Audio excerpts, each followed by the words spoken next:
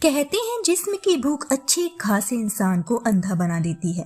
आज की मेरी ये फिल्म भी इसी भूख पर बेस्ड है, जिसमें एक मिडिल एज औरत अपने पति को बेवकूफ बनाकर अपने से कम उम्र के लड़कों के साथ संबंध बनाती है। आज की हमारी फिल्म का नाम है अनफेथफुल, जो रिलीज हुई थी 2002 में। मूवी शुरू होती है और हम देख पाते हैं कोनी नाम की एक मिडिल एज लेकिन खूबसूरत औरत को, जो कि अपने पति एड और बेटे चार्ली के साथ रहती है।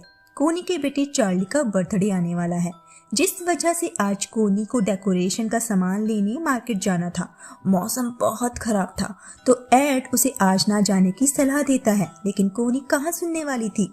आगे हम देखते हैं कि कोनी ने शॉपिंग तो कर ली है, लेकिन घर जाने में उसे काफ़ी परेशानी हो रही है। वो टैक्सी बुलाने की काफ़ी कोशिश करती है, लेकिन मौसम ख़राब होने की वजह से कोई भी रुकने का नाम नहीं ले रहा था और हवा भी उसके मज़े ले रही थी, उसकी ड्रेस उड़ाकर। तभी वो एक लड़के से टकरा जाती है, जिसने हाथ में बहुत सी किताबें उठाई हुई थी। टकराने की वजह से कोनी का सारा सामान, उस लड़के की किताबें भी गिर जाती हैं। वो लड़का उसे सॉरी बोलता है और कोनी का गिरा हुआ सामान उठाने में मदद करने लगता है। कोनी भी उसकी किताबें उठाकर लड़के की मदद करती है, जिसका नाम है पॉल, और वो उसे टैक्सी रुकवाने के लिए बोलती है, क्योंकि कोनी के घुटने में चोट लग गई थी, जिस वजह से वो वहीं रोड के किनारे बैठ जाती है। पॉल भी टैक्सी रुकवाने में नाकाम रहता है। पॉल उससे कहता है कि वो यहीं ऊपर वाले फ्लोर पर रहता है, क्यों ना वो उसके साथ चले और अपना जख्म भी साफ कर ले। कोनी कुछ सोचने लगती है, तब पॉल भरोसा दिलाता है कि वो कोई किलर नहीं है, तो वो उस पर भरोसा कर सकती है। अब कोनी भी पॉल के साथ ऊपर जाने लगती है और पॉल उसे बाथरूम का रास्ता दिखाकर दवा के बॉक्स के बारे में बताता है, जिसे वो यूज कर सकती है। फिर कोनी फर्स्ट एड लेने के बाद बाहर आती है और पॉल के घर की तारीफ करती है, लेकिन पॉल कहता है ये उसके दोस्त का घर है, जो अब इटली में शिफ्ट हो गया है, लेकिन वहाँ वो अपनी किताबों के साथ आराम से रहता है। कोनी पॉल का शुक्रिया करती है और उसका फोन मांगती है घर पर कॉल करने के लिए, और चार्ली को बताती है कि उसकी ट्रेन छूट गई है और हो सकता है उसे घर आने में देरी हो जाए। तभी फोन पे बात करते समय पॉल आइस लेकर आता है और कोनी के घुटने पर लगाने लगता है, जिससे कोनी को थोड़ा सा अजीब लगता है और वो जाने लगती है। इस पर पॉल उसे अपनी एक मनपसंद किताब में से एक किताब पढ़ने को देता है और ले जाने के लिए कहता है। पहले तो कोनी मना करती है, लेकिन जब पॉल उसे एक पेज नंबर बताकर पढ़ने को कहता है, जिसकी समरी थी कि जिंदगी इसी पल में है, इस पल को खुल के जीना ही जिंदगी है। ये पढ़कर कोनी को वो बुक काफी इंटरेस्टिंग लगती है। फिर कोनी वहां से किताब लेकर चली जाती है और हम देखते हैं कि पॉल को आंटी शायद पसंद आ गई थी। कोनी अपने घर आ चुकी है और एड को उसकी चोट के बारे में पता चल चुका है। तब वो अपने पति को सब कुछ बता देती है, जिस पर एड लाइटली मूड में कहता है कि क्या वो लड़का गुड लुकिंग था। कोनी उसे कहती है वो अच्छा था, उसने उसकी मदद की पट्टी करने में और टैक्सी दिलाने में भी, जिस पर एड कहता है कि उसने अनजान होते हुए तुम्हारी मदद की, बदले में क्यों ना वो उसे वाइन गिफ्ट करें, जिस पर कोनी भी एग्री करती है। अगले सीन में हम देखते हैं एड ने नया कैमरा लिया है, जिसे वो कोनी पर ट्राई करता है। फिर दोनों पति पत्नी कुछ गर्म मोमेंट साथ में बिताते हैं। अगले दिन रूटीन में एड काम पर चला जाता है और चार्ली स्कूल। तब कोनी पॉल की दी गई किताब पढ़ने लगती है, जिसमें उसे पॉल का नंबर भी मिलता है। जिसके बाद कोनी शहर के रेलवे स्टेशन पहुंचती है, जहां से वो पॉल को फोन करती है और उसका एड्रेस मांगती है ताकि उसे वाइन भेज सके, लेकिन पॉल उसे कहता है कि क्यों ना वो खुद यहाँ आ जाए और वो साथ में बैठकर कॉफी पियेंगे, जिस पर कोनी पॉल के घर पहुंच जाती है। उसके साथ लाइटली जोक्स करते हुए पॉल उसकी चोट के बारे में पूछता है और कोनी बताती है कि अब वो ठीक है। जब पॉल कॉफी बना रहा था, तब कोनी वहां एक लुइस ब्रेल लिपि में लिखी किताब देखती है, जिसे आंखें बंद करके पढ़ने की कोशिश करती है। तभी पॉल वहां आता है और कोनी का हाथ पकड़कर वो किताब के वर्ड्स को समझाने में मदद करता है। पॉल कोनी के काफी करीब आ जाता है, जिससे कोनी का दिल जोर जोर से धड़कने लगता है और वो वहां से बिना कॉफी पिए ही चली जाती है। यहाँ से निकलने के बाद कोनी अपने पति एड के ऑफिस जाती है, जहाँ वो उसके लिए एक गिफ्ट लेकर आई थी। एड अपने काम में बिजी था, लेकिन फिर भी वो कोनी के लिए समय निकाल कर उसका लाया गया स्वेटर पहनकर दिखाता है। फिर हमें डिनर के बाद का सीन दिखाया जाता है, जहाँ एड नोटिस करता है कि कोनी खोई खोई सी रहने लगी है। अगले दिन कोनी बिना किसी को बताए पॉल के घर आ जाती है, जहाँ पॉल भी उसे देखकर शॉक होता है। वहाँ म्यूजिक चल रहा था तो कोनी उसके बारे में पूछती है। पॉल कहता है कि अगर उसे ये म्यूजिक पसंद आया तो क्या वो डांस कर सकते हैं। जिस पर वो भी मना नहीं करती और दोनों डांस करने लगते हैं। कोनी उसकी गर्लफ्रेंड्स के बारे में पूछती है तो पॉल बताता है हाँ, पहले उसका किसी के साथ चक्कर था लेकिन अब वो सिंगल है। फिर वो उसकी आंखों की तारीफ करता है और कहता है कि तुम्हें इन्हें सोते समय भी खोल कर रखना चाहिए, जिस पर कोनी कहती है कि वो कोशिश करेगी। और फिर वो दोनों डांस करते करते दोनों काफी करीब आ जाते हैं। तभी कोनी महसूस करती है ये जो हो रहा है वो ठीक नहीं है। पॉल उससे कहता है कुछ भी सही गलत नहीं होता, दुनिया में बस दो ही चीजें होती हैं, एक वो जो हम करते हैं और एक वो जो हम नहीं करते। अब ये सुनकर कोनी वहां से निकल जाती है, लेकिन वो अपना कोट भूल गई थी जिसे लेने वो वापस जाती है। तो पॉल उसे अपनी बाहों में कस कर पकड़ लेता है और उठाकर अपने कमरे में ले जाता है, जिस पर कोनी भी मना नहीं करती और दोनों भोग प्रक्रिया में विलीन हो जाते हैं। इसके बाद कोनी घर जा रही होती है तो उसे अपने किए पर काफी अफसोस होता है। इसके बाद के सीन में हम एड को उसके दोस्त के साथ देखते हैं। ये वही दोस्त है जिसने कोनी को पॉल के साथ देखा था। एड को अपने दूसरे दोस्त से पता चलता है कि ये दोस्त किसी और कंपनी में जॉब ढूंढ रहा है। इस पर एड उसके ऊपर भड़क जाता है और कहता है कि उसने ये बात उसे पहले क्यों नहीं बताई। एड को कोई चीट करे उसे ये बिल्कुल पसंद नहीं है और उसको जॉब से फायर कर देता है। इस पर उसका दोस्त भी चुप नहीं रहता और उसकी बीवी के बारे में अनाप शनाप बोलने लगता है। अब एड भी इस बात से फ्रस्ट्रेट हो जाता है और एक डिटेक्टिव के पास जाता है, जहां वो उसे अपनी बीवी पर नजर रखने के लिए हायर कर लेता है और घर जाकर अपनी बीवी से कहता है कि वो अपने बिजनेस के काम से थोड़े दिन के लिए टाउन से बाहर जा रहा है। अब कोनी की तो जैसे लॉटरी लग जाती है।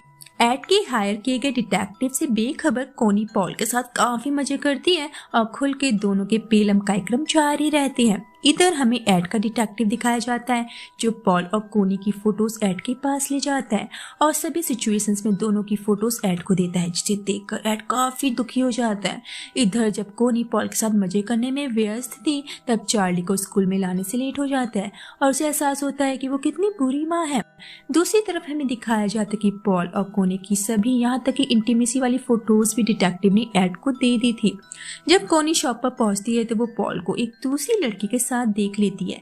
ये देखकर कोनी को गुस्सा आता है और सीधा पॉल को उस लड़की के सामने ही कन्फ्रंट करने लगती है और वो उस पर चिल्लाने लगती है। पॉल कोनी को पकड़कर अपने रूम तक लाता है और जहां तक उसका प्यार सीमित था फिर से वही सब करना शुरू कर देता है। कोनी उसे रोकने की कोशिश करती है लेकिन वासना में अंधा हुआ पॉल बेचारी कोनी को इंटीमेट होने पर दोबारा से मजबूर कर देता है। अब अगले सीन में हम एड को शहर में वापस आते हुए देखते हैं। डिटेक्टिव की वजह से अब उसे मालूम चल गया था कि पॉल कहाँ पर रहता है, तो वो सीधा उसके घर पहुंचता है, लेकिन वो अंदर नहीं जा पाता क्योंकि वहां पर सिक्योरिटी सिस्टम स्ट्रॉन्ग था। तभी बिल्डिंग से एक आदमी बाहर आता है। अब गेट खुला ही था तो वो पॉल के रूम तक चला जाता है और जब पॉल दरवाजा खोलता है तब वो उससे पूछता है कि क्या तुम पॉल हो। पॉल कहता है यस। एड उससे पूछता है कि तुम मेरी वाइफ से कैसे मिले थे। तब पॉल उसे सब कुछ सच सच बता देता है। तभी वो पॉल का कमरा देखने लगता है और उसकी नजर वहां पड़े एक गिफ्ट पर जाती है जो कि एड ने ही कोनी को दिया था। कोनी ने वैसा का वैसा ही ये गिफ्ट पॉल को दे दिया था। एड एकदम से हार्ट ब्रोकन सा फील करने लगता है और उसकी आंखों के आगे अंधेरा छाने लगता है। उसे समझ नहीं आता कि क्या करना चाहिए। तभी वो गुस्से में आकर पॉल पे एक के बाद एक इसी गिफ्ट से वार करने लगता है। पॉल के सर से काफी खून बह रहा था और उसे अपने आप को संभालने तक का मौका नहीं मिलता। एड के वार इतने ताकत से किए गए थे कि पॉल की वहीं पर मौत हो जाती है। जब एड का गुस्सा थोड़ा शांत होता है तब उसे महसूस होता है कि उसने क्या कर दिया। फिर एड फैसला कर लेता है कि इस मर्डर को छिपाने वाला है और वहां से अपने होने के सभी सबूतों और फिंगरप्रिंट्स को मिटाने लगता है। तभी पॉल के रखे फोन पर कोनी के वॉइस मेल आते हैं जो कहती है कि वो दोनों जो ये सब कर रहे हैं वो बिल्कुल भी ठीक नहीं है और अब कोनी उससे कभी नहीं मिलना चाहती। अब एड वहीं बैठा था जिसे ये सब सुनकर थोड़ी राहत मिलती है। अब वहां के खून और सभी तरह के सबूत मिटाकर एड पॉल की लाश को उसी की कारपेट में लपेटकर अपनी गाड़ी में डाल देता है और उसके बाद उसे याद आता है आज उसके बेटे के स्कूल में प्ले होने वाला है, तो वो वैसे ही गाड़ी के साथ सीधा स्कूल चला जाता है और कोनी के पास जाकर बैठ जाता है। एड के चेहरे पर एंजाइटी और टेंशन पूरी तरह से विजिबल थी, तो कोनी से पूछती कि क्या बात है, लेकिन एड उसे कुछ भी नहीं बताता। जब ये सब लोग घर पहुंचते हैं तब वो सबसे पहले पॉल की बॉडी को ठिकाने लगाता है। अब 2-3 दिन गुजर जाते हैं। कोनी जब घर पर थी उसके पास पुलिस वाले आते हैं क्योंकि पॉल के मिसिंग होने की रिपोर्ट उनको मिली थी और पॉल के अपार्टमेंट में कोनी का नंबर और नाम लिखा हुआ उन्हें मिला था। तो इस पर कोनी कहती है हाँ वो एक बुक डीलर था तो उसने उससे बुक खरीदी होगी, इससे ज्यादा कुछ नहीं।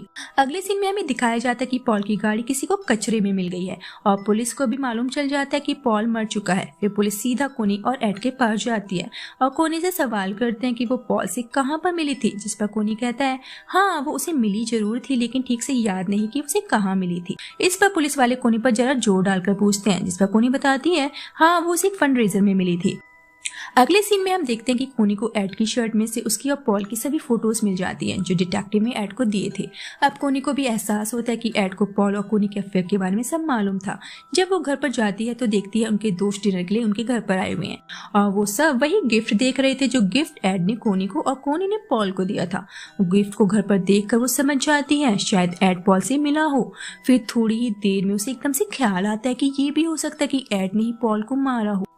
अब ये सोचकर कोनी डर जाती है और डरते डरते एड से रात को पूछती है कि तुमने क्या किया है एड, जिस पर एड नाराज होता है और उसे सभी बातें याद दिलाते हुए कहता है कि तुमने क्या किया है, तुमने हमारे रिश्ते में बात बात पर झूठ बोला, मैं तुमसे कितना प्यार करता था और तुम मेरा काटती रही। जब से तुम पॉल के साथ रिश्ते में थी मुझे फर्स्ट दिन से इस बात का आइडिया हो गया था, अब तक की सारी खबर थी मुझे और मुझे उसे मारना नहीं चाहिए था, मुझे तो तुम्हें मारना चाहिए था। अगले सीन में हम देखते हैं कि एड चार्ली को पियानो सिखा रहा है और कोनी उसी गिफ्ट को ध्यान से देख रही है। कोनी जब उस गिफ्ट को ध्यान से देखती है तो उसके नीचे एक नोट लिखा हुआ था जिस पर कि कोनी का कभी ध्यान ही नहीं गया था और उसने ऐसे का ऐसा ही ये गिफ्ट पॉल को दे दिया था। अब कोनी उस नोट को ओपन करती है तो देखती है कि उसमें लिखा था कि मेरे दिन का सबसे खूबसूरत हिस्सा सिर्फ तुम हो, मेरी खूबसूरत वाइफ, और तुम ही मेरा सब कुछ हो। अब ये देखकर कोनी को बहुत पछतावा होता है और उसके पास पॉल और उसके जो फोटोज थे वो सबको जलाकर एड के पास आती है और सोचती है कि जिस दिन वो पॉल से मिली थी अगर वो टैक्सी में बैठ जाती तो ऐसा कुछ भी नहीं होता, लेकिन अब जो होना था वो हो चुका, अब कुछ नहीं बदला जा सकता। ये बात उसे भी मालूम है। जैसे ही वो एड के पास जाती है वो उसके पास बैठती है। एड उसे माफ कर देता है। कोनी से पूछती है अब हमें क्या करना चाहिए, जिस पर एड कहता है एथिक्स के हिसाब से मुझे अपने आप को पुलिस के हवाले करना होगा। कोनी कहती है तुम ऐसा नहीं कर सकते, पुलिस को इस बारे में कुछ भी मालूम नहीं है और हम आसानी से बच सकते हैं। लेकिन जैसा कि हम जानते हैं कि मूवी की शुरू से एड हमें एक डिसिप्लिन और वेल मैनर्ड वाला इंसान दिखाया गया है, वो इस बात को सही नहीं मानता। आगे वो यहाँ से बच भी जाते हैं तो उनके मन में हमेशा पछतावे के सिवाय कुछ नहीं रहेगा, क्योंकि पॉल के साथ जो उसने किया है उसके लिए वो खुद को गिल्टी मानता है, जिसके लिए वो सजा का हकदार है। फिर हम कोनी एड और उसके बेटे को एक फंड रेजर फंक्शन में देखते हैं, जहाँ से निकलते वक्त कोनी अपनी आइडियाज एड के साथ शेयर करती है, बताती है हम यहाँ का घर बेचकर किसी और कंट्री में मूव हो सकते हैं, किसी नई जगह पर जहाँ हमें कोई नहीं जानता होगा और वहाँ पर एक नए सिरे से जिंदगी की शुरुआत कर सकते हैं। जैसे ही ये सीन जूम आउट होता है हम देखते हैं कि उनकी गाड़ी एक पुलिस स्टेशन के सामने खड़ी है और जूम आउट होते होते ये मूवी यहीं पर खत्म हो जाती है, जिसका मतलब है डायरेक्टर ने इस कहानी की ओपन एंडिंग की ताकि व्यूअर्स अपने आइडिया और पॉइंट ऑफ व्यू से खुद इसका एंड डिसाइड कर सके, जिसमें दो एंडिंग की पॉसिबिलिटी बनती है। एक में जैसा कि कोनी ने कहा कि वो एक नई जगह जाकर नई शुरुआत करेंगे और दूसरी एंडिंग का कंक्लूजन साफ था, जैसा कि एड शुरू से ही एक वेल मैनर्ड इंसान के रूप में दिखाया गया है। उसे चीटिंग से किए हुए कामों से नफरत थी। इस मामले में तो उसने अपने दोस्त को फायर कर दिया था, तो उसकी खुद की बीवी ने भी वही किया। इनफैक्ट दोनों काम अनएथिकल एंड चीटिंग, तो वो उसे कैसे छोड़ देता। कोनी एक धोखेबाज वाली सारी हदें पार करने के बाद भी एक अच्छी लाइफ की एक्सपेक्टेशन रखे हुए थी, जो कि एड जानता है वो गलत है। ये लाइफ वो असल में डिजर्व ही नहीं करती। इसीलिए दूसरी एंडिंग में एड कोनी को अकेला छोड़कर जेल चला जाता है, जिसमें कोनी को अकेले लाइफ बितानी होगी। सो दोस्तों, आपके हिसाब से कौन सी एंडिंग ज्यादा परफेक्ट है, कमेंट बॉक्स में लिख के जरूर बताइएगा। मिलते हैं नेक्स्ट एपिसोड में, तब तक अपना ख्याल रखिए।